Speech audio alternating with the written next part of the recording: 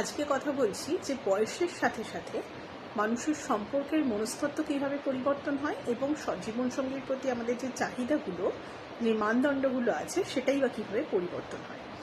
তো প্রথমেই কথা বলবো যে 20 থেকে 30-এর মধ্যে ধরুন একটা মানুষ যদি জীবনসঙ্গী খোঁজে, তখন আমরা মেনলি কী খুঁজি?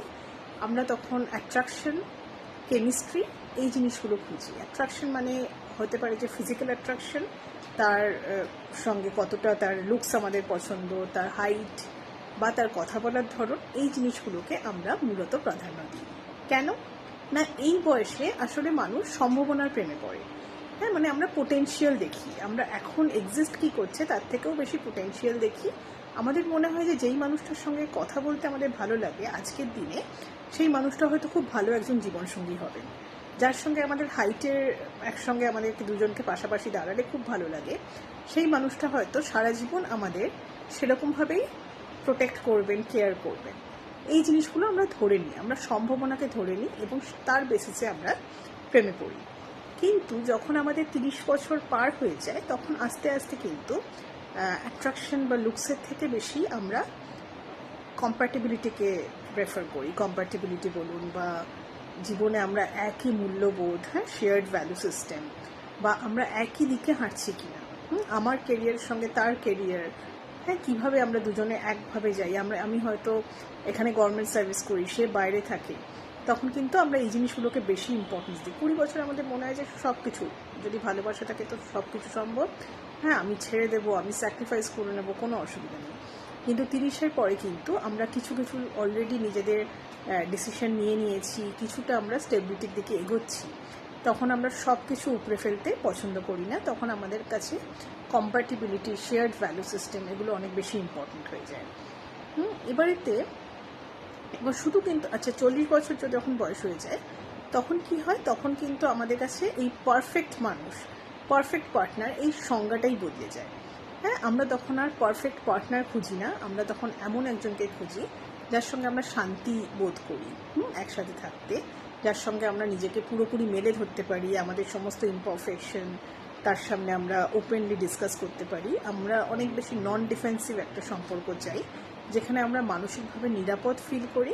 এই জিনিসটা আমাদের কাছে সবচেয়ে ইম্পর্টেন্ট। তার ক্যারিয়ার বা তার ভ্যালু সিস্টেম, এগুলোতে আমরা কিন্তু কিছুটা কথা বলে আপোষ করতে পারি, যদি মানুষটা সত্যিকারেরই নিরাপদ হন, মানসিকভাবে নিরাপদ হন, তাহলে কিন্তু বাকি ডিফারেন্সেস আমরা তখন ডিসকাস করে তার সাথে ইজিলি সলভ করতে পারি, একটা মিউচুয়াল গ্রাউন্ডে আসতে পারি। তো তাই জন্য 40-এর পরে কিন্তু মানসিক নিরাপত্তা জিনিসটাকে আমরা অনেক বেশি গুরুত্ব দিই, লুকস বা ক্যারিয়ারের সিমিলারিটি এগুলোর থেকে। এবার আমাদের কিন্তু শুধু যে পার্টনারের প্রেফারেন্স বদল হয় তা নয়, আমাদের নিজেদেরও কিন্তু এফার্ট বলতে আমরা যেটা বুঝি সেটাও চেঞ্জ হয়। 20 থেকে 30 বছরে এফার্ট মানে হচ্ছে গিয়ে সারাদিন মেসেজ করার, সবসময় যোগাযোগ রাখা, হয়তো তার জন্য অনেক দূর থেকে আপনি চলে আসছেন, হ্যাঁ, এইরকম ধরনের জিনিসগুলোকে 20 থেকে 30 বছরের সম্পর্কের এফার্ট বলে। 30 থেকে 40-এ দায়িত্ব নেওয়া, সুরক্ষা দেওয়া, এই জিনিসগুলো প্রাধান্য পায়। আর 40-এর পরে কিন্তু তাকে তার মতন করে থাকতে দেওয়া, এই জিনিসটা ভালোবাসা বলুন বা সম্মানের একটা বড় দিক হয়ে যায়, যে আমি সব ব্যাপারে ইন্টারফেয়ার করব না। আমি হয়তো 20 থেকে 30 বছর আপনি তো যা মনে আসছে তার প্রতি আপনি সব কিছু বলে ফেলবেন। 30-এর পরে আপনার মনে হবে যে সব কিছু বলার একটা সময় আছে। আর 40-এর পরে আপনার মনে হবে আসলে বলারই দরকার নেই, তাকে তার মতন ছেড়ে দিই। আমার ভালোবাসা মানে হচ্ছে সে তার মতন থাকতে পারুক, সে তার মতন গ্রো করতে পারুক, এটাই ভালোবাসার সংজ্ঞা হয়ে যায়।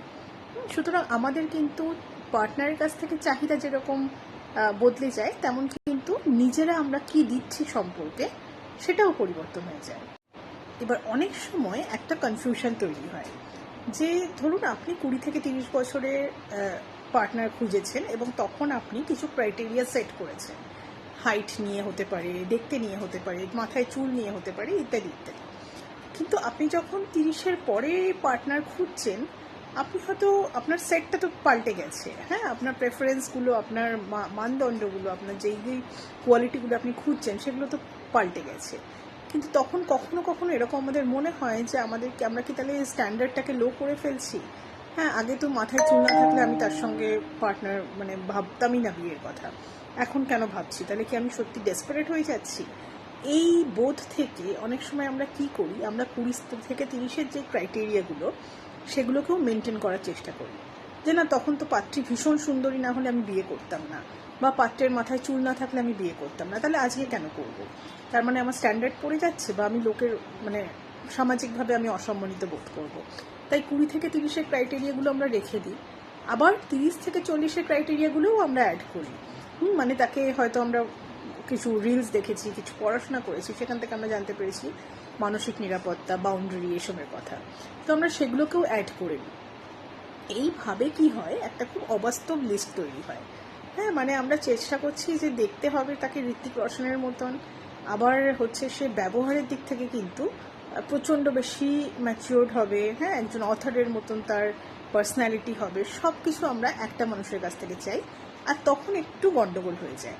তাই আমি বলবো যে বয়সের অনুযায়ী আপনার বয়স করুন, বা বয়সের থেকেও আসলে এটা কি একটা ইমোশনাল ম্যাচিউরিটির ব্যাপার। এরকম নয় যে 20 থেকে 30-এ সবার প্রেফারেন্স এক হবে, তা তো নয়। অনেক সময় ইমোশনাল ম্যাচিউরিটি আপনার বেশি থাকতেই পারে বা কম থাকতে পারে।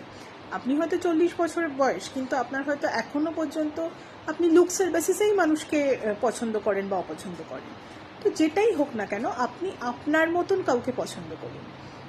জাস্ট আপনি রিল দেখছেন বা আপনি বিভিন্ন রকম বই পড়ছেন এবং আপনি সেখান থেকে ক্রাইটেরিয়া অ্যাড করছেন, কিন্তু আবার আপনার ইনেট যেই পছন্দটা সেটাও রয়ে গেছে, তখন কিন্তু আসলেই একটা বেখাপ্পা ব্যাপার তৈরি হয়। কারণ একটা মানুষ কখনোই সমস্ত ক্রাইটেরিয়া কিন্তু মিট করতে পারবে না। সুতরাং আপনি যেরকম মানুষ, আপনার যদি মনে হয় যে আপনার কাছে লুকসটাই সব কিছু, তাহলে আপনি ডেফিনেটলি সেরকম পার্টনার খুঁজুন। আপনার যদি মনে হয় যে না, আজকে আপনার দিনে আপনার কাছে শেয়ার্ড ভ্যালু সিস্টেম, কম্প্যাটিবিলিটি, এগুলো সবচেয়ে ইম্পর্টেন্ট, তাহলে আপনি জানবেন যে আপনি আসলে ম্যাচিওর্ড হয়েছেন। এরকম না যে আপনার স্ট্যান্ডার্ড পড়ে গেছে, আপনি আসলে মানুষ হিসাবে একটু বেশি ম্যাচিওর্ড হয়ে গেছেন। তো আপনি সেরকম পার্টনার খুঁজুন।